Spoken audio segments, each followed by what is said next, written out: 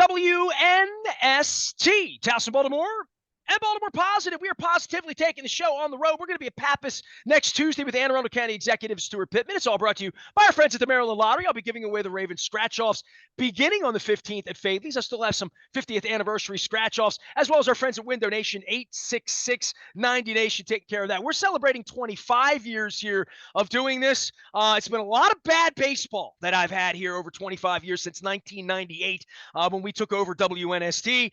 This guy I've been reading for years and years and years. He's got a long Philly history and lineage as a fan, but has been in the space of covering Major League Baseball for a long, long time at the New York Times. He has made the transition over the wall to The Athletic, I think this week, but his story on John Angelos and Tyler Kepner, I'll tell you this, John Angelos doesn't spend time with me, so he must love those New York Times reporters. Look, it was clearly from his perspective some sort of planted story to get together with you, to make it look good or get his story out in a way that he doesn't feel the Baltimore Banner, the Examiner can do it.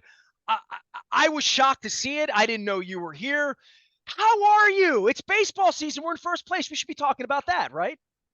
Yeah, it's been a great season for the Orioles, man. It's it got a little preview last year when they started to make some real progress, and this year's been very exciting. Try to watch them when I can. I was down there for that Mets series, and that was a lot of fun. So, yeah, it's great to see the revival down there.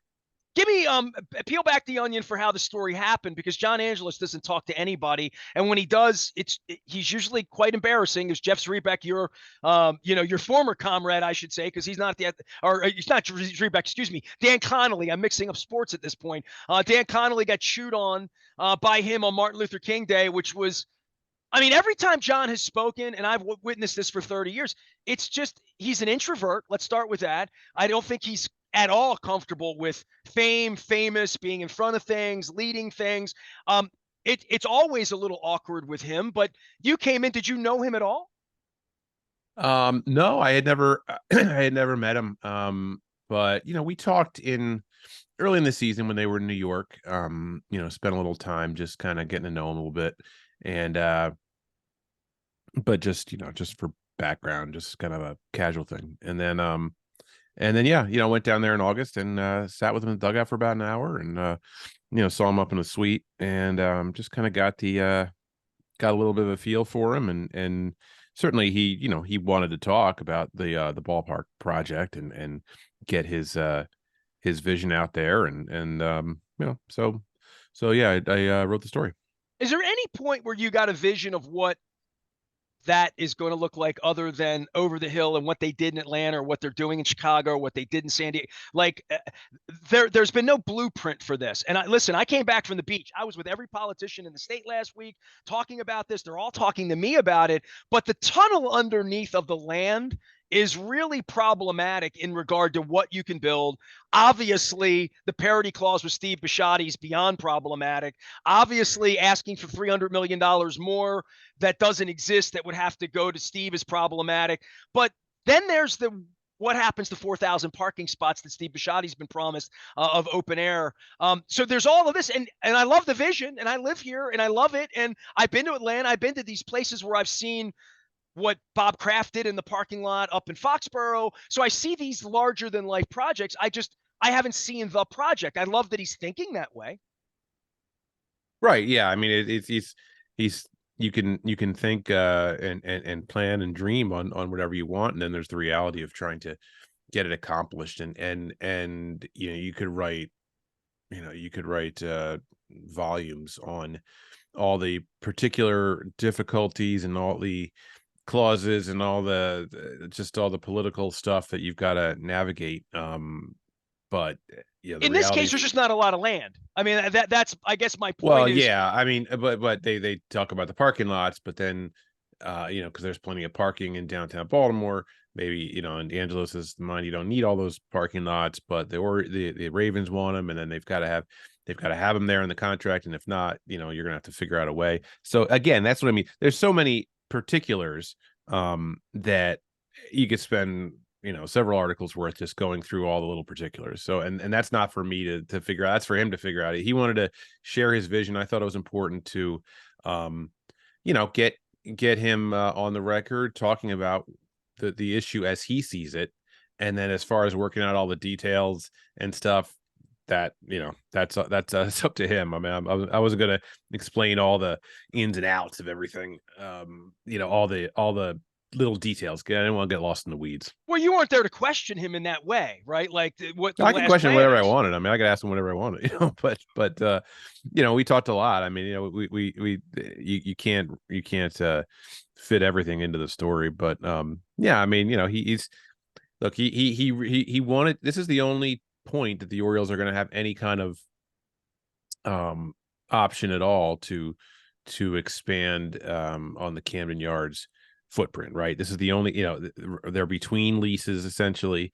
So this is the time when he can lay out his vision and try to get something done. The public-private partnership, the words that they use a lot. So this is the time when he wants to try to push that. And I'll see, we'll all see if the governor and the Ravens and everybody can figure it out. It seems a little bit of a long shot, but you can understand why they want it, because they'd like to get more revenue streams and do it in a way that theoretically could be a win-win. Underpinning all this is just 30 years of his father owning the team. The lawsuit with suing all of the partners of Major League Baseball, pretty much pissing everybody off. My understanding is there's not a lot of relationship between John Angelos and most people in Major League Baseball in any way. But Bill Cole was on earlier from Cole Roofing, and he brought this point up, and I thought this was interesting, that John is sort of speaking for all the owners, right? Like, this is the way we're going to need to do it in Milwaukee. This is the way that the next round, it's almost like when Lamar was trying to get the quarterback deal here. He's paving the way for everyone else that's coming after him.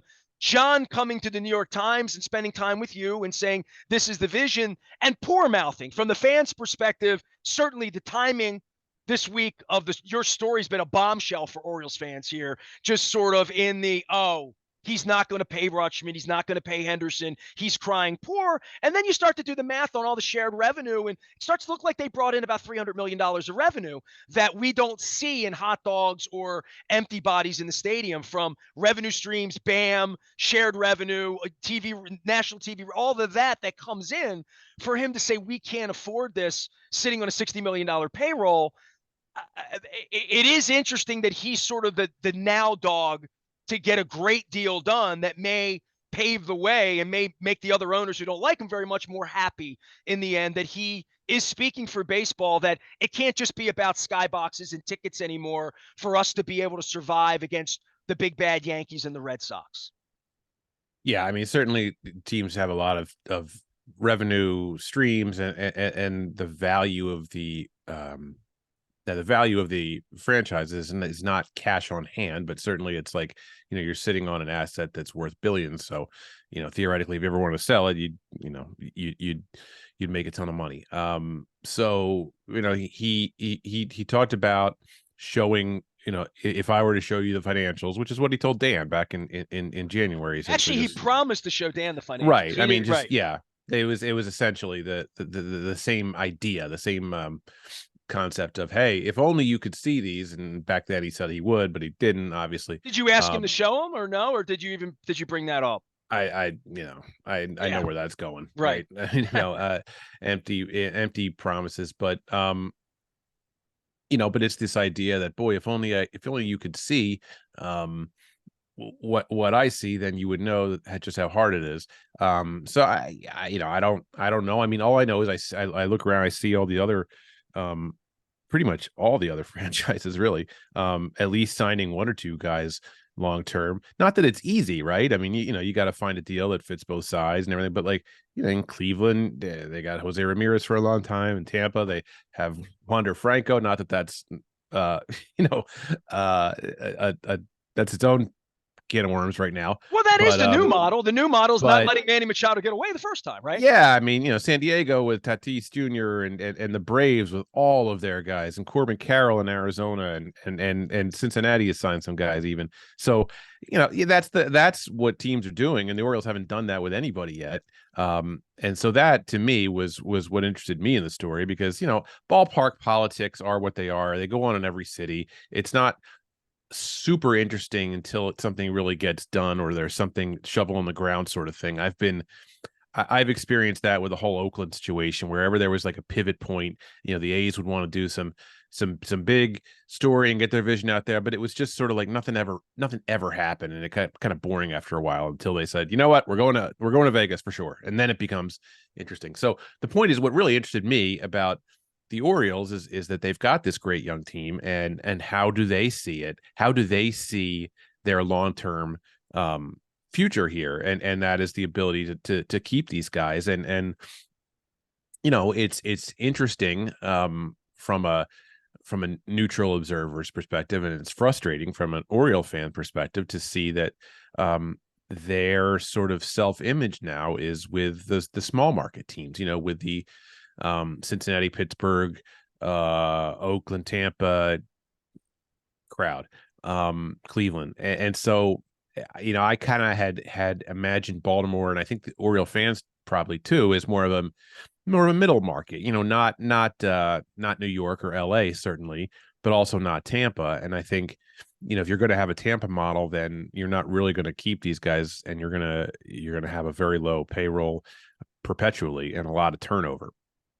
Well, the other part of this is that he owes the Lerner family a lot of money, right? And the entanglement that I've covered every day, Tyler, for 18 years, since the thing was birthed in 2005 and the Washington Post was screaming antitrust, and it happened, and they were playing games in San Juan, that the Nationals happened. And Peter sat with me once in his life for hours and drank, and I have it all on tape. And one of the real deep conversations was, we don't believe in baseball in Washington. Why? That'll make us like the Bay Area. You'll have two poor teams. Now, that was before Pac Bell was built in San Francisco and all that. We go back to 1997. So I am the historian on all of this, and I'm dying to know how this is going to turn out in the end. Everybody has told me that the Angelos family is going to get forced out of the ownership here, and that the Nashville thing that his brother alleged in the lawsuit last year, that's a weird vision unto itself, because Cumberland County gave the Titans $2 billion. There would be no money there for baseball in that case. But watching Oakland, and you've covered this Oakland thing as to what Oakland eventually will do, and they don't move baseball franchises, right? We know that, but that could open a real can of worms that John would keep his eye on the real value of his franchise, which cannot be maximized in an empty parking lot in Baltimore. Right. I mean, in Nashville, as you point out, it's not like they have a ready-made baseball stadium. It's not like, the real stalking horse many years ago was Tampa, because they built that stadium, and it was just sitting there empty. And Nashville doesn't have that yet. So, but you see teams now sort of hinting every time there's a stadium thing now, just the beginnings of one, whether it's Milwaukee or the White Sox or the Orioles. You start here in Nashville, and obviously John has a home down there and everything, so people get worried. And obviously the scars of the Colts from many years ago never go away. But I didn't get for a moment any insinuation or any suggestion that they were going to leave Baltimore. It was just sort of like, well, can we make this vision work here in Baltimore? And if not, then then what? Then you don't get to keep the players as long, or you choose not to keep the players as long. That's the big issue, right? Is whether it's a choice or whether it's a necessity. And it's something that's really hard to know for sure. But I think there's a strong case that you could make that you sign these guys, and then hope that you keep winning, and then you make more money, and then everybody's happy, and maybe you do run some losses a little bit, but for you could always gain those back if you want to sell the team. So he came out and said he does not want to run losses, and that's not really what a fan base wants to hear. Then again, it's not like spending money guarantees anything. Look at the Mets and Yankees this year. Look at the Padres this year. So, there's a lot of different ways to do it. But certainly if you're just falling in love with this young team, you'd like to know that that you'll have these guys to root for a while. Tyler Kepner wrote the piece in the New York Times. He'll be writing lots of pieces in The Athletic and out on the website for The Athletic. And you can follow him out on social media, longtime baseball insider. Spending time with John. So I've literally never spent 2 minutes with John. John has always declined to even shake my hand over 32 years, going back to spring trainings in 96, 97, when he was involved in signing Sid Fernandez and Chris Sabo. Does he, in his mind, when he speaks to you, does he feel like he's going to own the team 10 years from now? Does he speak in those terms of the team will always be his? Yeah, I mean, I didn't get any sense that he was interested in unloading it. Fair enough. But I didn't ask him that question directly. 10 years from now, where do you see yourself? Or 20 years from now, where do you see yourself? But I do think this is the kind of thing where it's tied up in wanting to have a legacy, wanting to do something, obviously to make more money, but wanting to have something where you can point to and say, I did this. This was this was a vision that I had along with other people, and we made it work. The evolving Camden Yards from where it was at the forefront of of everything that every owner in every sport wanted, to sort of catching up to now what every owner in every sport wants, which is this little city within a city. Whether it's feasible or not, they got to figure that out.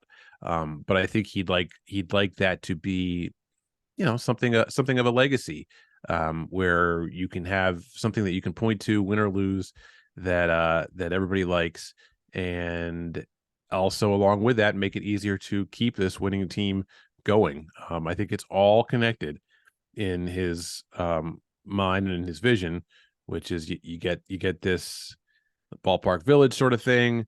You get more revenues, it's good for the community, and therefore the team has a better chance to stay good for a while. I don't know if, again, that's for other people to figure out if that works, but that's the way they're presenting it.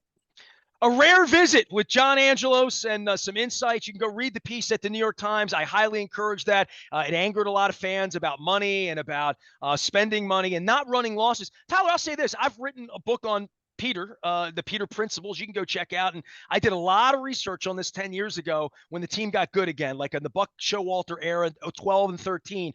I sat with the people who knew, and Peter ran awful losses. Like in 2001, 2, 3, 4, before Masson happened, he was chewing on $25-40 million a year that he literally was pulling out of the law firm of Peter G. Angelos, to pay David Segui, Jeff Conine, Sidney Ponson during that era that he lost. He was losing his ass. And Masson and the Nationals are what really saved him at that point financially, because he couldn't save himself because he made so many enemies in the city. Yeah, well, that's interesting, and it's understandable, and we've seen it in New York, where the son takes over for his father here, Hal Steinbrenner taking over for George, and yes, the Yankees still spend a lot of money, but they don't operate in the same way that they did when George was here, and that's a conscious decision by Hal to not repeat the mistakes of his father, who, for all the sanitized versions of George that we hear now, George was kind of crazy. I mean, he fired in the 80s. Just look at what he did in the 80s. He was nuts. He fired everybody. There was no consistency of vision. They traded all young guys, impetuous. It took Gene Michael to, when George was gone for a few years, to kind of get things under control. And then even then it got kind of, it was still running away that Hal didn't like. So the point Fear is and that, like, tyranny, pretty much, right? I mean, yeah, that's really what it was, the right? point is that sometimes when the son takes over, he's very conscious of the mistakes or the troubles that his father may have had, and wanted to avoid them. So maybe that is where the idea of being more fiscally within your means, so to speak, comes from. Tyler Kepner covers real baseball. Dude, we haven't talked at all about the first place Orioles and 30 games over 500 and whether they can be caught and whether they have enough pitching and whether they did enough of the trading deadline, which is also a financial issue for the Orioles as to whether they can be good enough and whether they would be attractive enough for a Verlander or a Scherzer at the trading deadline. They weren't. Where are you on the team? And Flaherty and guys coming back in means, and do they have enough pitching, and can they be good enough to win a tournament in October?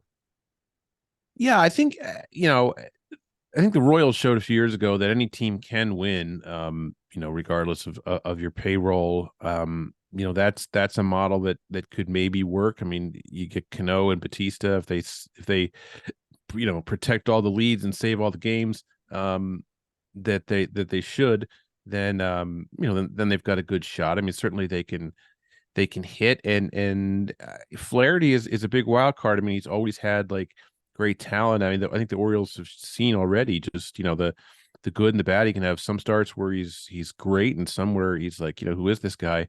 So that's sort of a high risk, high reward guy. And if you get the good side of him, that can go a long way. So can they win? I mean, anybody can win. I don't know if they'd be the favorites because we haven't seen it, but I think we've all seen certain teams that are young. I mean, remember the 03 Marlins coming in with very little experience and just shocking the world, or the 02 Angels. They weren't young necessarily, but they had no playoff experience. So sometimes experience can be overrated. But boy, I can't wait. I mean, it's been a long time since the Orioles have made a serious run. I mean, they got to the LCS in 14, but didn't win any games. So I could see it. I mean, because young players, they can surprise you, and because we've never seen what they can do on that stage, I'd like it if they had a little more veteran influence in there. But I'd take my chances with that group. The Elias thing's fascinating for me, having had some geniuses around here like Pat Gillick, and even on the football side with Ozzie Newsome in regard to turning water into wine. The plan was to really stink and stink badly, and they did. And there aren't a whole lot of franchises that could ever or should ever be bragging about how many 1-1s they have, because 1-1s don't come easy. But then they have to bear fruit, and certainly not just the 1-1s here, whether it's the Cowsers or the late first round guys. They're geniuses in some way about baseball, and you have spent a lifetime chasing these people who think they're geniuses or spend a lot of money. And in the case of the Yankees, buying things. This has been a different way to grow it. Elias has really proven something here to get this team on the cusp of doing something that we haven't seen around here. This is the greatest gathering of young Oriole talent of not just my lifetime in the history of the franchise. Yeah, and there's more to come, right? I mean, there's a lot of waves of talent still percolating down below. So that's the hope that you can keep this thing rolling, not just for one group of guys, but for one plus. And then so that's the one thing about this is that I know that it's only natural to think about the long-term future and to worry about the viability of keeping everybody together and all that. But this run is kind of just starting, and you're going to have a few years anyway where you don't really have to worry about that too much. So I can't tell if a fan base how to feel, but it's probably best to just be in the moment with these dudes and just be excited and love them, because they are fun, and to see the the bird bath out there and to see the way that city comes alive. It's such a great American baseball city with a great tradition and smart fans and an amazing setting. So I mean, yeah, it's great. And Elias, to your point, is a really smart guy. He learned a lot from the good and the bad from Houston, and most of it was really good. The thing about Houston is that they were doing things that that nobody else was really doing. They were way on the cutting edge of a lot of stuff, and now the rest of the league caught up to them. So the question is, where can the Orioles distinguish themselves the way Houston distinguished itself in player development, particularly? So that's the stuff that's going on down below. He had a lot of infrastructure stuff that he had to modernize and get up to speed, and I think they've done that. He's done a fantastic job, and it's the question is now, you can gather all the talent, but it's putting it together and getting a good cohesive group, and they do seem to have that. So definitely he's been great. Tyler Kepner and I have been in many rooms together, but we've never sort of formally met, although we were together back in '83 at the Vet, as I remember it, in October. I've seen your pictures as well. As I got to share my picture of the Fanatic and the Oriole Bird feuding at second base on 33rd Street that I took from the dugout, over top, looking at Pete Rose and all those guys. I hope that we have a World Series here in about 7-8 weeks, and that I can buy you a crab cake, proper crab cake, none of that Philadelphia crab fry, none of that crap, something with some real meat in it, Kepner. All right, so we will continue to keep the orange flame burning down here in the thoughts of postseason baseball. It's almost pinched me. I mean, it's August and we're not even talking football here. Unprecedented in 25 years, man. The whole city's a little upside down about all of this with Lamar and the Orioles. It's been fun around here after the plague, brother. That's great. That's great. It should be. You love seeing it. And boy, wouldn't it be something to have 40 years later to have another Phillies Orioles World Series, man. I'd sign up for that. That'd be a lot of fun. Easy travel and some really vivid memories for those of us who were little guys maybe back in '83, but who still remember it very well. You and I could camp out halfway in Newark, Delaware, and go tax-free, and we'll do that. Tyler Kepner joins us here from the New York Times, now with The Athletic. I guess folks will be finding you over there. Any shout-out you want to give to The Athletic? I know you've been a reader for a long time. Yeah, I love it. I'm really excited to be going over there. I mean, it's like getting called up to an all-star team. I mean, I my favorite sports writer growing up and even still now is Jason Stark. He's a good friend and a mentor to me, and just to be on the same team with Jason and Ken Rosenthal and just so many great beat writers and national guys and editors and columnists. It's going to be a lot of fun. I know they don't cover every team every day, but they cover a lot of teams every day, and they cover the sport the way nobody else does. And I'll have to start saying we instead of they, because I started mid-September and I can't wait. It's the place to be as far as I'm concerned for sports writers today. Brother, as a kid, I was at the side of Tim Kirchin and Richard Justice and Ken Rosenthal, very much Ken Rosenthal.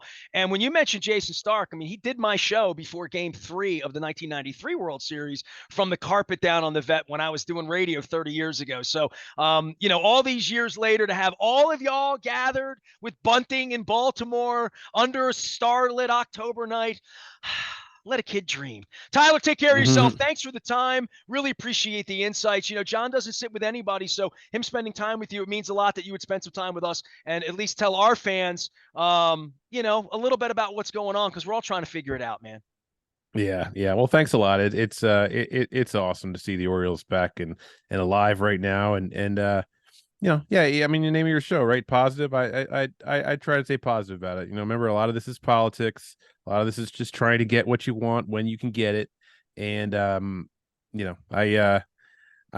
think Mike. I mean, I trust Mike Elias's vision and the fact that this is a very good situation to have going, and they're going to want to keep it business wise and baseball wise going for a while. The interesting thing that I'll be chronicling, whether they win or lose, is Elias has to go down the hallway and get money from John at some point for players. At some point, he hasn't had to do that yet. He set a budget. It's all cheap. It's all on, we're gonna scout. We're gonna scout. At some point, they're gonna have to pay somebody and make decisions on that. And that's really where the decision making of John Angelos begins. Tyler Kepner, find him out on the interwebs. Find him at The Athletic. Find him for a limited time at the New York Times. And make sure you find that piece of him sitting with John Angelos that has been circulating out on social media. I'm at the Pappas next Tuesday, the 29th. Anne Arundel County executive Stuart Pittman will join us. We're celebrating 50 years of the Maryland Lottery, 25 years of Baltimore Positive, in conjunction with our friends at Win Donation, 866-90Nation. I am Nestor. We are WNST, AM 1570, Towson, Baltimore, and we never stop talking Baltimore.